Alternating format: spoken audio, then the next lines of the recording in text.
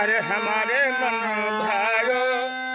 रे जसोदा का लाल, हमारे मन भायो जसोदा का लाल, हमारे मन भायो,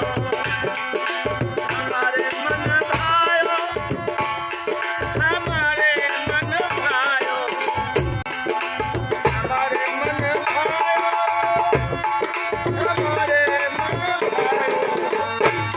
हमारे मन भायो जसोदा को लाल, हमारे मन भायो।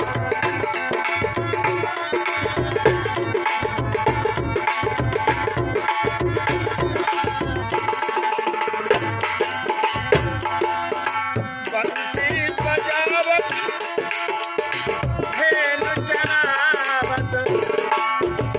बंसी बजावत धेनु चरावत, बंसी बजावत धेनु चरावत, मोहन मोहन मदन गोपाल, हमारे मन भायो जसोदा को लाल,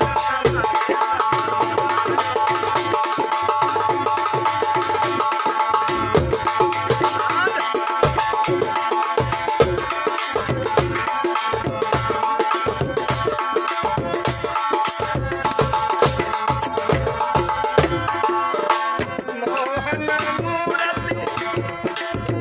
सावली सूरति, मोहन मूरति सावली सूरति, मोहन मूरति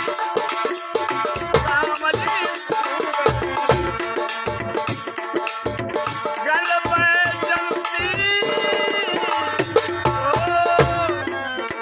गल बैजंती माल, हमारे मन भायो जसोदा को लाल,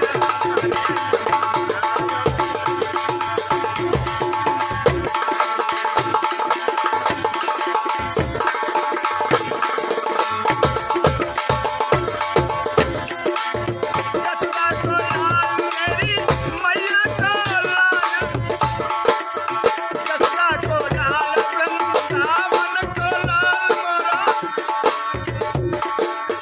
जसोदा को लाल, वृंदावन को लाल, मेरी राधा के दिल का, मेरी राधा के दिल का गोपाल, हमारे मन भायो जसोदा को लाल, हमारे मन भायो।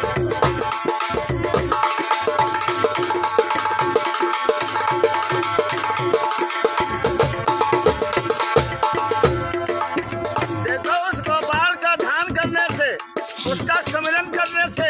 करोड़ों पाप नष्ट हो जाते हैं, संकट हवा में उड़ जाते हैं, भक्तों के लिए अच्छे अच्छे दिन सामने आते हैं। भगत जनों के रक्षक मोहन, भगत जनों के रक्षक मोहन, रक्षक मोहन, रक्षक मोहन, भक्त जनों के रक्षक मोहन, भक्त जनों के, अरे दुष्ट जनों के काल, हमारे मन भायो जसोदा को लाल, हमारे मन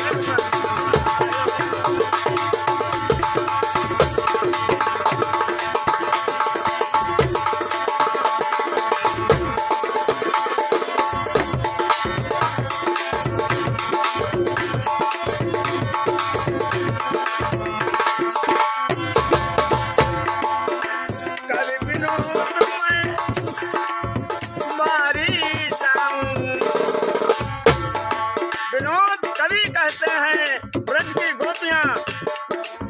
भगवान कन्हैया के ऊपर निछावर हो रही हैं, उनके रूप को देखकर, स्वरूप को देखकर गोपियां अपने दिल को न्यौछावर करती हैं।